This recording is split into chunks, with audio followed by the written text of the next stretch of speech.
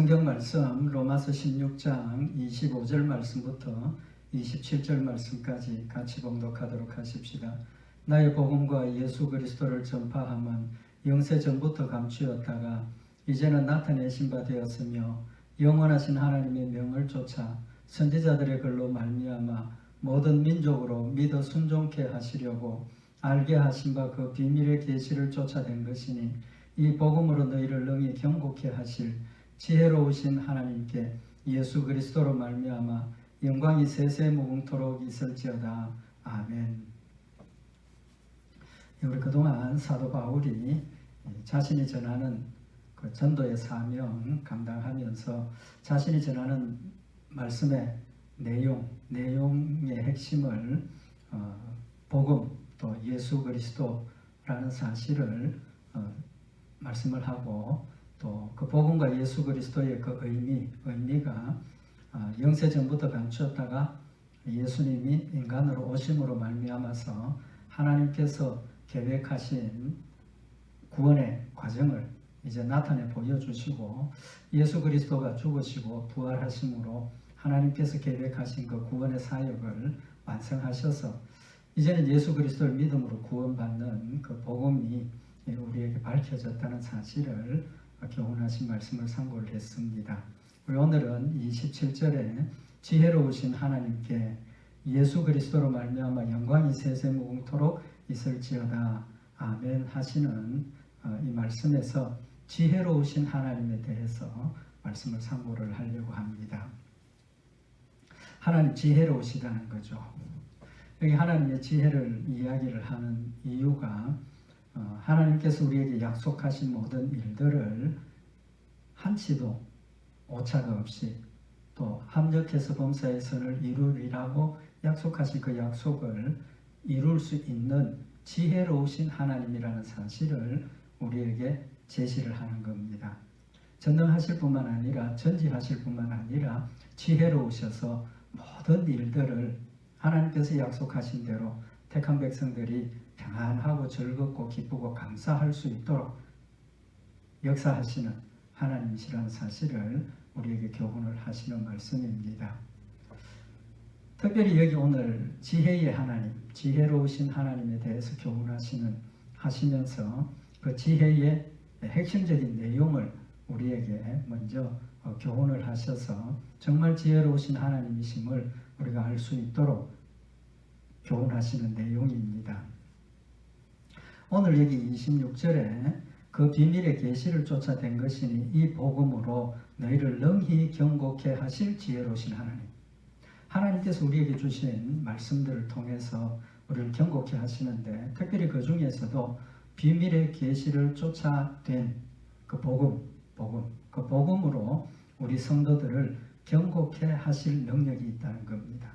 처음에 말씀드린 것처럼 하나님의 지혜를 말씀하시는 것은 하나님께서 우리 모든 성도들 또 세상 우주 모든 만물들을 하나님께서 약속하신 대로 하나님이 영광 받으실 수 있도록 하나님이 예정하시고 작정하신 모든 일들이 한치의 오차도 없이 모든 일들이 보기 아름답게 열매 맺을 수 있도록 다스리시는 지혜를 말씀을 하시는 겁니다. 그 지혜의 핵심을 어디에서 우리에게 제시를 하시느냐 하면 복음으로 능히 경고케 한다는 것은 복음으로 우리를 구원하시고 복음으로 우리로 말씀 가운데서 승리해서 마지막에 천국 갈 수 있도록 이끌어 주시는 지혜로우신 하나님이라는 거죠. 그래서 결론적으로 하나님의 지혜의 핵심은 구원의 계획과 또 실천과 완성을 통해서 우리에게 지혜로우신 하나님이심을 다시 한 번 더 확인시켜 주시는 그런 의미를 지금 우리에게 교훈을 하시는 겁니다. 말씀 참고하기 전에 우리 한 가지 생각을 하고 넘어가야 될 게 뭐냐 하면 지식과 지혜의 차이점이 뭡니까? 지식은 우리가 알고 있는 그대로 어떤 사물에 대한 것을 내가 알고 있는 정보입니다. 정보. 해가 동쪽에서 떠서 서쪽으로 지고 이런 내용들, 사실적인 그 내용들을 우리가 가지는 것이 지식입니다. 지혜는 뭡니까? 이 지혜라는 단어는 슬기롭다, 현명하다 그런 뜻이죠. 그 의미가 뭡니까? 어떤 사물이나 어떤 현상을 보고 그 사물과 현상의 내용을 정확하게 알아서 이해를 하고 그걸 나한테 유익하도록 바른 길로 사용할 수 있도록 다른 사람들의 유익과 함께 모든 평안을 구할 수 있도록 분별하고 판단하고 결정해서 선한 일이 되도록 행동하는 그게 지혜죠. 지혜입니다. 그러면 지식과 지혜의 관계는 어떻습니까? 물론 지식이 많으면 판단할 수 있는 내용들이 많으니까 분별할 수 있는 내용이 많으니까 지혜로울 수도 있을 겁니다. 그렇지만 지식이 많다고 해서 지혜가 많을 수는 없는 겁니다. 지식이 없어도 근본적인 원리나 이런 것에 대한 그런 분별력이 있으면 세상적인 지식이나 경험 이런 것 없어도 얼마든지 지혜로울 수 있다는 겁니다. 여기 하나님께서 우리에게 주시는 지혜는 세상의 지식이나 세상의 경험이나 세상의 어떤 철학이나 이런 것들이 아니라 하나님의 지혜를 우리에게 주시는데 그 하나님의 지혜의 핵심은 이제 말씀드린 것처럼 복음이라는 거죠. 예수 그리스도라는 겁니다. 고린도전서 2장 1절에 보면 형제들아 내가 너희에게 나아가 하나님의 증거를 전할 때에 말과 지혜의 아름다운 것으로 하지 아니하였다. 사도 바울이 복음을 전할 때 말과 지혜의 아름다운 것으로 하지 않았다는 뜻이 뭡니까? 우리가 예수를 믿고 또 하나님의 자녀로서 살아가는 그 일에 세상의 어떤 미사여구나 아름다운 말이나 또 여러 가지 그런 내용들 뿐만 아니라 세상의 지혜 그걸로 한 게 아니라는 겁니다. 그게 아니라는 거죠. 그러면 복음의 핵심이 뭐냐는 겁니다. 세상의 지혜가 아니라 예수 그리스도를 아는 하나님의 지혜를 이야기를 하는 것이고 하나님이 얼마나 지혜로우신가 하는 것을 아는 그 하나님의 지혜를 이야기를 하는 거죠. 그래서 고린도전서 2장 2절에 보면 내가 너희 중에서 예수 그리스도와 그의 십자가에 못 박히신 것 외에는 아무것도 알지 아니하기로 작정하였다. 우리가 알고 있는 것처럼 사도 바울은 헬라의 철학이나 학문이나 굉장히 통달한 그런 사람이었습니다. 세상적인 지혜, 학문으로는 거의 최고의 수준에 이르는 그런 지혜가 있는, 지식이 있는 그런 사람이었습니다. 그런데 복음 전하는 일에는 자신이 가지고 있는 그런 학문적인 것, 철학적인 것, 경험적인 것, 세상의 지식은 알지 않기로 작정했다는 겁니다. 세상의 지식과 경험과 자신이 알고 있는 그런 학문적인 그런 것들을 다 버렸다는 겁니다. 왜? 하나님의 복음을 전하고 우리가 신앙생활을 하는 일에 있어서는 그게 아무런 도움이 안 된다는 거죠. 도움이 안 된다는 겁니다. 그래서 내가 너희에게 하나님의 증거를 전할 때에 복음을 전하고 하나님을 전할 때 말과 지혜의 아름다운 것들로 하지 않는다라는 것을 명확하게 지금 증거를 해주고 있는 겁니다. 뭐만 알겠다는 겁니까? 내가 너희 중에서 예수 그리스도와 그의 십자가에 못 박히신 것 외에는 아무것도 알지 아니하기로 작정했다. 핵심이 예수 그리스도고 핵심이 예수 그리스도가 내 죄를 대신해서 십자가에 못 박혀 죽으시고 부활하셨다는 그것이 핵심이라는 사실을 지금 말씀을 하고 있는 겁니다. 그래서 자신의 복음 전함이 고린도전서 2장 3절에 보면 내 말과 내 전도함이 지혜에 권하는 말로 하지 아니하고 다만 성령의 나타남과 능력으로 했다라고 밝히고 있는 겁니다. 자신이 하나님을 전하고 예수 그리스도를 전하는 일에 세상에 자기가 알고 있는 지식이나 경험 그런 세상의 어떤 지혜로 권하지 않았다는 겁니다. 그런 말로 예수님에 대해서 표현을 하고 예수님에 대해서 설명하고 그거는 아니라는 거죠. 이유가 내 믿음이 사람의 지혜에 있지 아니하고 다만 하나님의 능력에 있게 하려 하였노라. 우리 믿음을 가지는 것이 예수 그리스도를 믿는 것이 세상의 어떤 학문적인 거나 과학적인 거나 경험적인 것, 지식적인 것 가지고는 전혀 예수님을 증명하고 예수님을 설명하고 예수님을 이해시켜서 믿도록 하지 못한다는 사실을 밝히고 있고 그 믿음이 어디에서 오느냐는 겁니다. 다만 하나님의 능력에 있게 하는 것. 하나님의 능력만이 우리로 예수를 알게 하시고 이해하게 하시고 예수를 믿게 하신다는 겁니다. 하나님의 그 능력이 뭡니까? 성령으로 말미암아 우리가 예수를 알고 이해하고 믿고 따르게 된다는 거죠. 성령의 역사를 지금 이야기를 하는 겁니다. 그래서 고린도전서 2장 7절에 자기가 가르치는 그 지혜는 오직 비밀한 가운데 있는 하나님의 지혜를 말하는 것이니, 오직 비밀한 가운데 있는 하나님의 지혜. 하나님의 지혜는 뭡니까? 우리가 앞에서 말씀을 참고했던 것처럼 복음, 예수 그리스도, 그걸 지금 이야기를 하는 거죠. 곧 감추었던 것인데 하나님이 우리의 영광을 위하사 만세전에 미리 정하신 것이라. 이 복음의 내용이, 예수 그리스도의 내용이 예수님을 인간으로 이 땅에 보내셔서 그때부터 계획하시고 실천을 시작한 것이 아니라 이미 창세 전에 계획하시고 결정하셨던, 예정하시고 작정하셨던 일을 실천하신 것이라는 것을 여기서도 밝히고 있는 겁니다. 그래서 복음이 전에는 감추어졌던 것이고 예수님이 오심으로 밝혀졌던 것이라고 지금 말씀을 하고 있는 겁니다.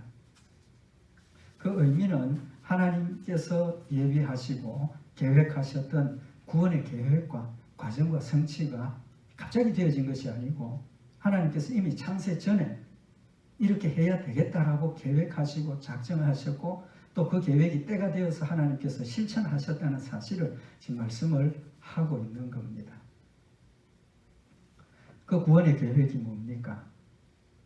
에베소서 3장 10절에 보면 이는 이제 교회로 말미암아 하늘에서 정사와 권세들에게 하나님의 각종 지혜를 알게 하려 하심이니, 하나님의 교회를 통해서 하늘에서 정사와 권세들에게 하나님의 각종 지혜를 알게 하시는 것이다. 이때까지 감추어졌던 것들을 예수 그리스도를 인간으로 실제로 이 땅에 보내셔서 죽게 하시고 부활하게 하심으로 하나님께서 미리 선지자들을 통해서 예언하시고 알려주셨던 것, 또 이미 창세 전에 하나님께서 계획하셨던 그 구원의 계획과 실천의 내용들을 알려주셨다는 겁니다. 그래서 곧 영원부터 우리 주 그리스도 예수 안에서 예정하신 뜻대로 하신 것이라. 하나님께서 갑자기 하신 것이 아니고 좀 전에 말씀드린 것처럼 창세 전부터 계획하고 준비하셨던 일을 실천하신 것이라는 거죠. 우리가 가진 믿음이 하나님의 지혜로 완벽하게 하나님의 용서의 실천을 믿음으로 구원받게 하신 하나님의 은혜와 사랑의 완성을 지금 우리에게 하셨다는 겁니다. 그래서 하나님의 지혜의 핵심은 예수 그리스도를 알고 예수 그리스도에 대해서 이해를 하고, 이해 내용이 뭡니까? 하나님의 아들이시고 우리와 똑같은 인간으로 오셨고 인간으로 오셨기 때문에 우리의 죄를 담당하시고 십자가에 못 박혀 죽으시고 부활하셨다는 것을 우리가 이해하고 깨닫게 하셨다는 거죠. 그걸 믿게 하시는 겁니다. 그래서 고린도전서 2장 9절에 보면 기록된 바 하나님이 자기를 사랑하는 자들을 위하여 예비하신 모든 것, 하나님이 자기를 사랑하는 자들, 우리가 하나님을 사랑하는 자, 택한 백성들을 이야기를 하는데 그 하나님을 사랑하는 자가 내 뜻과 내 어떤 선택에 의해서 된 것이 아니라 하나님께서 창세전에 예정하시고 하나님의 자녀로 삼아주셨던 자들이 하나님 자들을 위해서 하나님께서 예비하신 그 모든 것들을 우리로 이해하게 하시고 믿게 하셨다는 겁니다. 근데 그 내용이 뭡니까? 하나님이 자기를 사랑하는 자들을 위하여 예비하신 모든 것은 눈으로 보지 못하고 귀로도 듣지 못하고 사람의 마음으로도 생각지 못하는 내용들이라는 거죠. 인간의 힘으로는 하나님의 이 구속의 계획과 역사를 우리는 이해할 수도 없고 생각할 수도 없고 또 이렇게 하실 것이라는 걸 알 수도 없었다라는 사실을 명백하게 밝히고 있는 겁니다. 그게 뭡니까? 지혜라는 거죠. 하나님의 지혜라는 겁니다. 그래서 복음을 통해서 예수 그리스도를 통해서 우리를 구원케 하시는 그 하나님의 구원의 계획은 아무도 감히 생각할 수도 없고 귀로 듣지도 못하고 눈으로 보지 못한 그런 일들을 하나님께서 계획하시고 준비하시고 실천하셨다는 사실을 말씀을 하셔서 하나님의 지혜가 얼마나 지혜롭고 슬기로운 것인가 하는 것을 지금 강조를 하고 있는 겁니다. 그러면 이 하나님의 지혜를 이제 오늘 이 말씀에 나타나는 것처럼 이 복음으로 너희를 능히 경고케 하실 지혜, 예수 그리스도로 우리의 죄를 사하게 하시고 믿음으로 승리하게 하시는 그 지혜가 어떤 거냐는 거죠. 하나님께서 감춰두셨던 그 내용인데, 예수 그리스도를 인간으로 보내셔서 죄인을 대신해서 십자가에 못 박혀 죽게 하신 그 일의 결정적인 완성이 뭡니까? 심판을 통과하게 하시는 겁니다. 심판을 통과하게 하시는 겁니다. 하나님께서 종말이 되면 예수 그리스도를 이 땅에 보내시고 하나님께서 모든 사람들을 심판하게 하시는데, 그 심판이 하나님 어떤 하나님입니까? 공의로우신 하나님이시죠. 신실하신 하나님이십니다. 사랑과 은혜의 하나님이십니다. 그 심판이 공의로울 수 있도록, 그래서 누구도 이 심판 무효다, 이런 심판이 어디 있느냐, 반대하고 무효로 하도록 공격할 수 없는 공의를 이루시는 심판의 과정이고, 또 하나님의 은혜와 사랑, 하나님이 은혜와 사랑의 하나님이라 하셨는데, 그 공의도 이루시고 하나님의 은혜와 사랑도 완벽하게 우리에게 보여주시는 내용이 바로 그 심판에 들어있어야 한다는 거죠. 그럼 오늘 여기 하나님께서 이 심판을 통해서 우리에게 지혜를 보여주시는 내용이 곧 복음이고 예수 그리스도라는 그 의미를 잠깐 말씀을 드리면, 심판하는 일에 있어서 큰 문제가 뭡니까? 심판받는 사람이 그 심판을 공의롭다고 받아들이면 문제가 없지만, 이거 정의가 아니다, 공의롭지 못하다, 그런 이야기를 하면 그 심판은 의미가 없는 거죠. 의미가 없는 겁니다. 하나님께서 하나님이 하시는 심판을 믿지 않는 자들조차도 반대하고 무효로 하는, 공격을 하지 못하도록 만드셨다는 겁니다. 그게 뭡니까? 하나님의 존재를 우리는 믿으니까, 하나님의 존재를 믿으니까 우리는 하나님의 존재를 압니다. 믿지 않는 사람들은 어떻습니까? 심판대 앞에 섰을 때 나는 하나님을 몰랐습니다. 하나님의 존재를 몰랐습니다. 그렇게 이야기를 하면 그 심판이 공의롭지 못하다는 주장을 할 수 있다는 거죠. 그런데 하나님께서는 그런 주장을 못하도록 택한 백성이나 택함받지 못한 백성이나 하나님의 존재를 인식하도록 미리 다 보여주셨다는 겁니다. 보여주셨다는 거죠. 두 번째로 하나님의 심판을 무효로 하는 것은 공의로우신 하나님이십니다. 그죠? 공의로우신 하나님. 공의로우신 하나님이시기 때문에 하나님께서 율법에 뭐라고 말씀을 하셨습니까? 죄의 삭은 사망이라. 죄의 삭은 사망이라. 모든 사람이 죄를 지었는데 하나님 택한 백성들과 택함받지 못한 백성들은 결국은 심판을 통해서 하나님의 택함받은 백성들은 천국 가고 택함받지 못한 사람들은 지옥 가는 것. 지옥 가는 것. 근데 하나님의 택한 백성들은 죄의 삭은 사망이라 하셨는데, 그걸 그냥 일방적으로 하나님께서 나는 너를 택했고 너를 사랑하니까 죄가 있어도 너 천국 데려가겠다. 그럼 그게 공의가 됩니까? 안 됩니까? 공의롭지 못한 거죠. 정의롭지 못한 것입니다. 하나님께서는 그 문제를 예수 그리스도를 통해서 해결하셨다는 겁니다. 그래서 누구도 이 심판에 대해서 부정하거나 대항하지 못하도록 하나님께서 이 구원의 계획과 구원의 내용을 완벽하게 만들어 놓으셨다는 거죠. 그게 하나님의 지혜라는 겁니다. 조금 더 구체적으로 말씀을 드리면, 심판대 앞에 섰을 때 사람들이 나는 하나님 몰랐습니다. 언제 하나님 나한테 하나님 계신다고 말씀해 주셨습니까? 그렇게 대항할 수 있다는 거죠. 그런데 성경은 분명히 하나님께서 모든 사람에게 하나님을 알 수 있도록 보여주셨다라고 밝히고 있습니다. 로마서 1장 17절에 보면 복음에는 하나님의 의가 나타나서 믿음으로 믿음에 이르게 하나니, 복음에 하나님의 의가 나타났다는 겁니다. 공의로우심과 거룩함이 복음에 나타났다는 겁니다. 그래서 십자가의 의미는 우리가 명백하게 알아야 되는 것이, 십자가의 의미는 사랑과 은혜만 있는 게 아닙니다. 사랑과 은혜만 있는 게 아니고, 십자가의 중요한 의미는 오히려 사랑과 은혜보다 공의로우심이 더 크다는 사실을 우리가 알아야 된다는 거죠. 십자가의 의미가 하나님의 공의로우심을 명백하게 우리에게 드러내는 그런 사건이라는 겁니다. 왜 그렇습니까? 로마서 1장 18절에 하나님의 진노가 불의로 진리를 막는 사람들의 모든 경건치 않음과 불의에 대하여 하늘로 쫓아 나타나는 마지막 심판을 이야기를 하는 겁니다. 하나님의 진노가, 다시 말하면 죄의 삭은 사망이라고 하신 그 심판하신 하나님의 진노가 하늘로부터 쫓아 나는데 19절에 이어서 하시는 말씀이 이는 하나님을 알만한 것이 저희 속에 보임이라 하나님께서 이를 저희에게 보이셨느니라. 무슨 말입니까? 하나님을 알만한 것이 저희 속에 보인다. 저희가 누굽니까?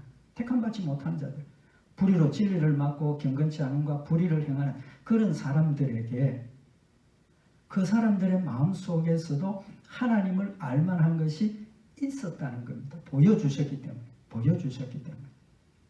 그래서 이는 하나님을 알만한 것이 저희 속에 보임이라 하나님께서 이를 저희에게 보이셨느니라. 하나님께서 이를 저희에게 보이셨다 그랬습니다. 모든 사람에게 초월적인 존재가 하나님이 계신다는 사실을 보여주셔서 인식하게 하셨다는 겁니다. 무엇을 통해서? 로마서 1장 20절에 창세로부터 그의 보이지 아니하는 것들 곧 그의 영원하신 능력과 신성이 눈으로 볼 수 없는 하나님의 능력과 신성을 어디를 통해서 보여주셨느냐 하면 그 만드신 만물에 분명히 보여 알게 되나니 하나님이 만드신 이 천하 만물을 보면 그 가운데 하나님이 계신다는 걸 인식하고 느낄 수 있도록 만들어 주셨다는 겁니다. 언젠가 그런 말씀도 드렸지만 과학자가 하는 이야기가 자기는 하나님을 믿지 않지만 자기가 이 과학에 대해서 공부를 하고 더 열심히 공부를 해보니까 뭘 느끼느냐 하면 분명히 이 천지 만물이 돌아가는 이 내용들을 보니까 절대자가 있다는 걸 자기는 확실하게 인식한다는 겁니다. 절대자가 없으면 이렇게 모든 것들이 질서 있고 또 효율적이고 서로 이렇게 연계되어서 진행될 수가 없다는 겁니다.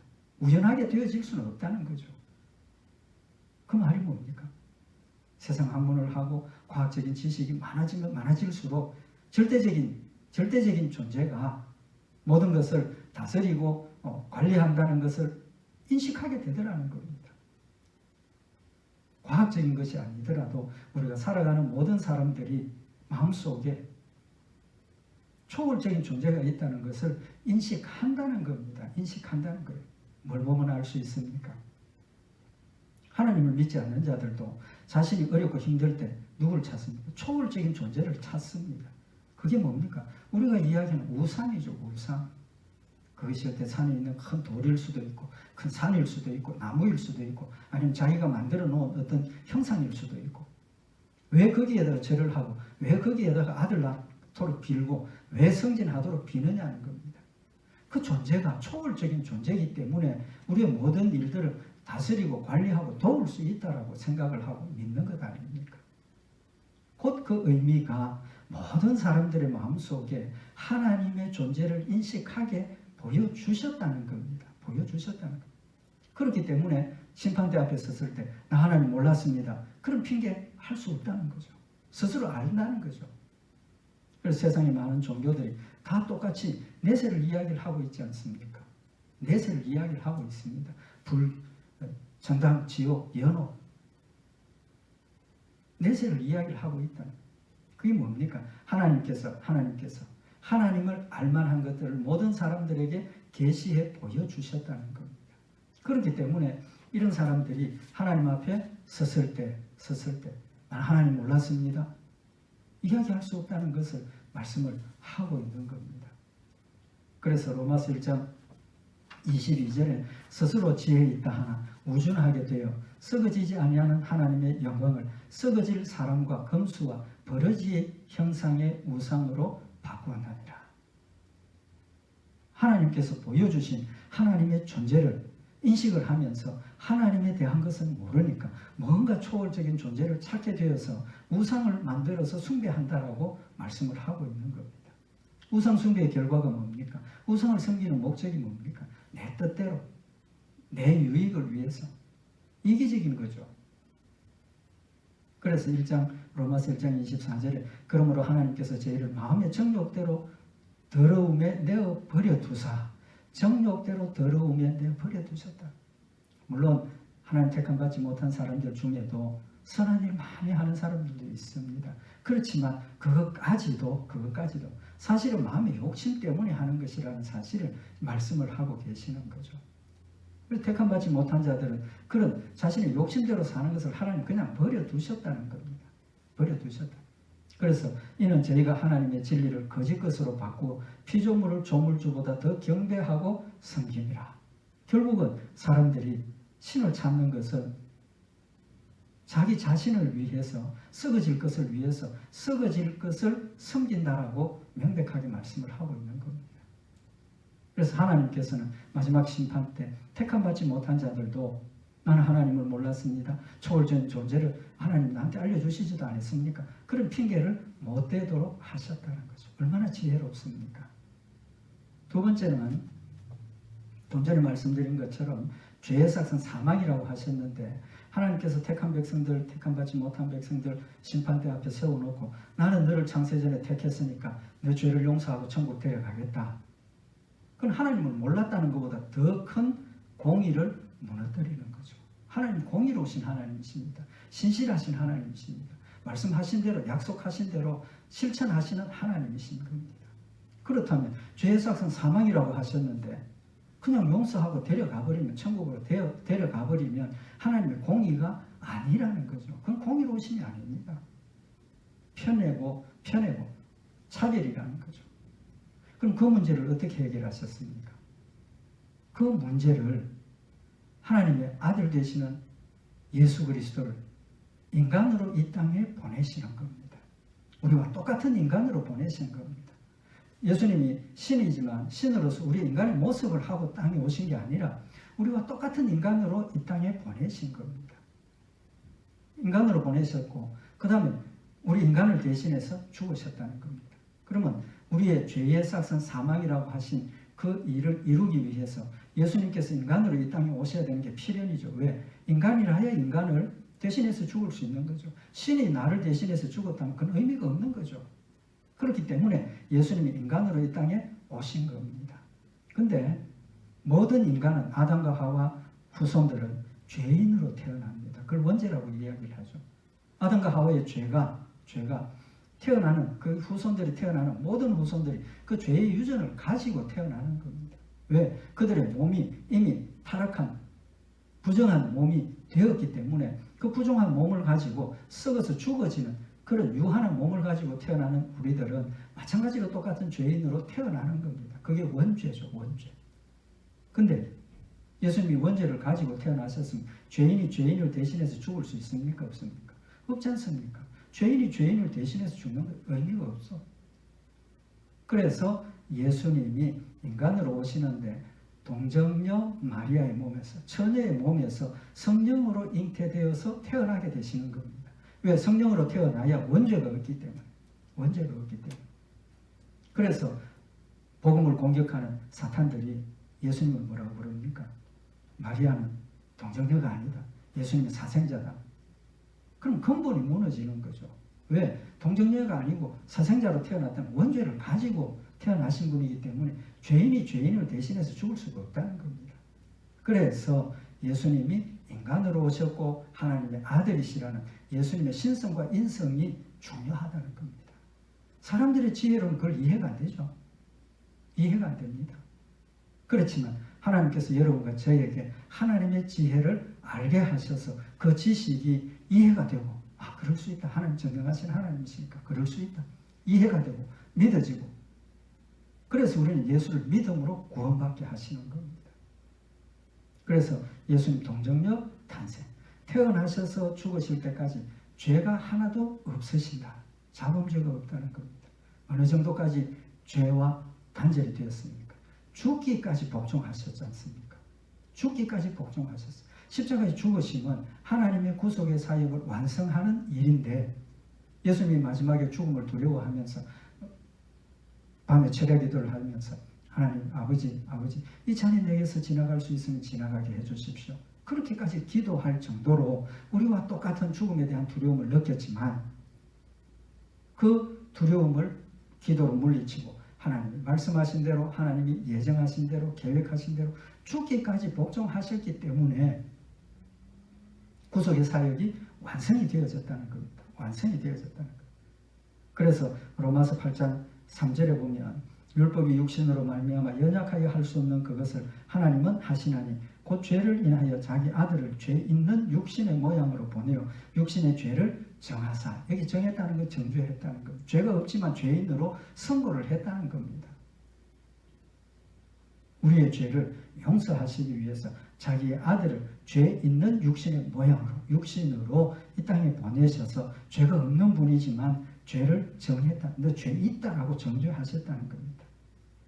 그래서 로마서 8장 4절에 육신을 쫓지 않고 그 영을 쫓아 행하는 우리에게 율법의 요구를 이루어지게 하려 하심이니라. 율법의 요구를 이루기 위해서 하나님이 아들을 인간으로 보내시고 죄가 없는 그를 죄가 있다라고 정죄하셔서 십자가에 못 박혀 죽게 하셨다는 겁니다.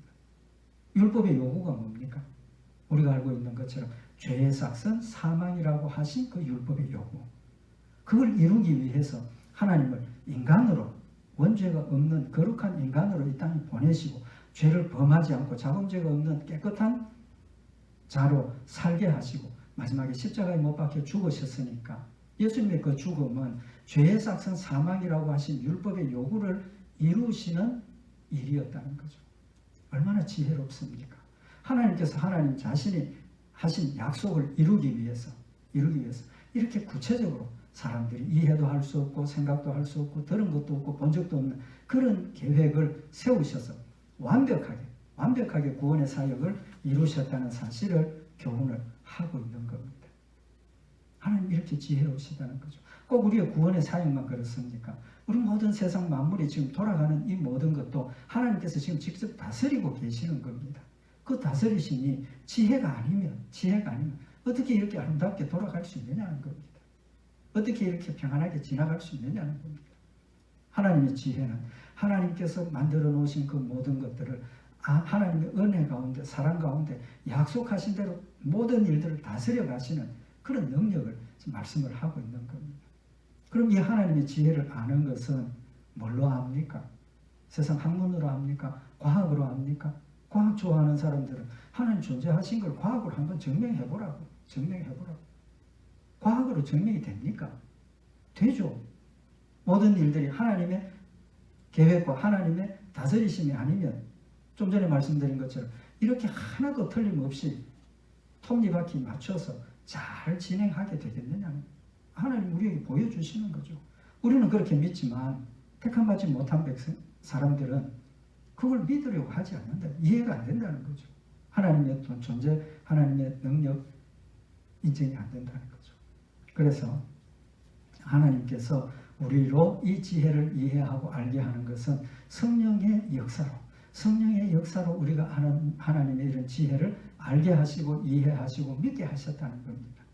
그래서 고린도전서 2장 10절에 보면 오직 하나님이 성령으로 이것을 우리에게 보이셨으니 성령은 모든 것 곧 하나님의 깊은 것이라도 통달하시느니라.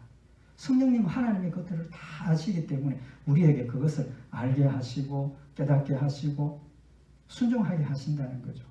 그래서 고린도전서 2장 12절에 우리가 세상의 영을 받지 아니하고 오직 하나님께로 온 영을 받았으니 이는 우리로 하여금 하나님께서 우리에게 은혜로 주신 것들을 알게 하려 하심이라. 하나님이 은혜로 우리에게 주시는 것들을 알게 하시니라. 성령으로 말미암아서 우리는 하나님이 은혜로 주신 것들을 알게 하신다는 겁니다. 구원의 사역뿐만 아니라 심지어 고난도 내게 은혜, 하나님의 은혜. 그걸 깨닫게 하시는 거죠. 세상 사람들은 하나님이 나를 사랑하신다면 이런 고난 가운데 우리를 방치하겠느냐? 버려두시겠느냐? 세상 사람들의 기준으로 보면 그렇지만 우리가 하나님의 말씀을 통해서 하나님의 지혜를 보면 그 고난도 우리를 하나님께 더 가까이 가게 하고 우리를 더 열심히 하나님께 메어 달리게 하고 또 그런 고난을 통해서 우리의 믿음만 강하게 할 뿐만 아니라 믿음으로 승리하면 약속하신 대로 더 채워주신다는 그런 것들을 우리로 알게 하시고 믿게 하셔서 순종하게 하시는 역사를 이루신다는 거죠. 그래서 고린도전서 2장 13절에 보면 우리가 이것을 말하거니와 사람의 지혜에 가르친 말로 아니하고 오직 성령의 가르치신 것으로 하니 신령한 일은 신령한 것으로 분별하느니라. 사도 바울이 우리에게 복음을 전하고 하나님의 말씀을 전하는 그 일은 그 말씀만 가지고 우리가 하나님의 지혜를 이해하게 되고 하나님께서 우리에게 은혜로 주시고 모든 것들을 사랑으로 다스리신다는 것을 이해하고 알게 하셨기 때문에 우리가 하나님께 모든 것을 맡기고 믿음으로 순종하게 하신다는 사실을 말씀을 하고 있는 겁니다. 성령이 아니면 예수 그리스도를 주로 시인할 수 없고, 성령이 아니면 인간으로 오신 예수님, 하나님 아들이신 예수님을 이해할 수도 믿어지지도 않는다는 겁니다. 그래서 마태복음 11장 25절에 보면 그때 예수께서 대답하여 가라사대 천지의 주제이신 아버지여, 이것을 지혜롭고 설기 있는 자들에게는 숨기시고 어린 아이들에게는 나타내심을 감사하나이다. 하나님의 지혜는 세상에 지혜롭고 설기 있는 사람들, 세상에 지식이 많은 사람들, 그 사람들을 이해할 수 없는 내용이라는 겁니다. 어린 아이 그들에게 나타내 주셨다. 어린 아이가 이런 지혜를, 예수 그리스도가 인간으로 오시고 내 죄를 대신해서 십자가에 못 박혀 죽으시고 공의로우신 하나님을 성취하고 신실하신 하나님이심을 우리에게 나타내 보여주시는 것이다. 이런 의미를 이해하고 믿게 하는, 어린 아이들에게 그런 걸 알게 하고 믿게 하신다는 겁니다. 결론은 뭡니까? 우리가 예수를 알고 복음을 알고 믿어지는 것은 세상의 지식이나 경험이나 세상의 어떤 능력이 아니라는 겁니다. 공부 많이 했다고 예수 그리스도를 믿고 복음을 이해하고 압니까? 아닙니다. 그죠? 아니지 않습니까? 어린 아이들도 이걸 설명을 하면, 택한 백성들은 어린 아이들도 이걸 받아들이고 이해하고 믿음을 고백합니다. 아무리 세상 학문에 능통하고 지식이 많은 사람도, 공부 많이 하는 사람도 이 복음의 핵심을 설명을 하면 과학적으로 증명해보라. 어떻게 알 수 있느냐? 그런 일이 어떻게 일어나느냐? 믿지 않습니다. 이해가 안 됩니다. 그래서 고린도전서 2장 14절에 보면 육에 속한 사람은 하나님의 성령의 일을 받지 아니하나니 저희에게는 미련하게 보이며 또 깨닫지도 못하나니 이런 일은 영적으로라야 분별함이니라. 하나님의 지혜는 육에 속한 사람이 보면 미련해 보입니다. 예수 믿지 않는 사람들 우리들 향해서 미련하게, 무식하게 그런 걸 믿느냐고. 그런 일이 어떻게 일어날 수 있느냐고. 하나님 인간으로 어떻게 오느냐고. 우리를 미련하다고 손가락질하지 않습니까? 세상 경험, 세상 지식, 세상 학문, 아무것도 예수 그리스도의 존재와 하나님의 구원의 사역의 의미를 이해할 수 없는 겁니다. 이런 일은 영적으로라야 분별할 수 있다. 성령이 아니면 분별할 수 없다는 사실을 우리에게 명백하게 밝히고 있는 겁니다. 그래서 성령의 능력으로 우리가 이 지혜를 가지게 되었고 예수를 믿고 구원받았다는 사실을 명백하게 지금 밝혀주시는 겁니다. 지혜로우신 하나님이십니다. 하나님의 사랑을 입은 자, 하나님을 사랑하는 자, 그들에게는 모든 일에 합력하여 선을 이루신다고 하신 하나님의 약속이 하나님의 지혜로우신 하나님이시기 때문에 하나님의 지혜로 약속하신 대로 실현할 수 있다는 것도 우리에게 증명해 보여주시는 겁니다. 현재 일에 너무 우리가 하나님의 존재를 분별하는 그런 이유를 찾으려고 하면 안 된다는 거죠. 하나님 약속하신 약속의 말씀, 하나님 우리에게 주신 이 성경 말씀을 통해서 우리 하나님에 대한 지식을 가지고 그 지식이 우리에게 지혜가 되어서 하나님의 은혜로 우리에게 베풀어 주시는 하나님의 역사들을 분별하고 깨달아 알수록 우리의 믿음이 더 단단해지고 더 강건해지고 담대해지고 하나님의 뜻을 이룰 수 있다라는 사실을 우리에게 교훈을 하시는 겁니다. 믿음은 말씀을 믿는 겁니다. 말씀으로 돌아가서 하나님의 말씀으로 모든 일들을 분별하고 성령님 내 가운데서 나를 깨닫게 하실 때 믿음으로 아멘하고 말씀하시는 대로 성령의 역사를 소멸하지 않고 따라가는, 그래서 하나님의 영광을 돌려드리고 하나님의 뜻을 성취하는, 또 약속하신 축복을 받아 누리는 우리 복된 성도들 되시기를 바랍니다. 기도드리십시다. 사랑의 하나님 아버지, 하나님의 지혜로 모든 만물들을 다스리시고 하나님의 뜻대로 약속하신 것들을 이루시는 전능하신 하나님이심을 다시 한번 마음에 새기게 하시고 말씀으로 약속하신 모든 것들을 믿음으로 성령의 역사를 따라 순종하며 승리하는, 그래서 하나님 약속하신 축복들을 풍성히 받아 누리는 복된 성도들과 교회가 되도록 인도하여 주시옵소서. 늘 함께 하시고 약속하신 대로 이루어 주실 것을 믿고 감사드리오며 우리 주 예수 그리스도의 이름으로 기도드리옵나이다. 아멘.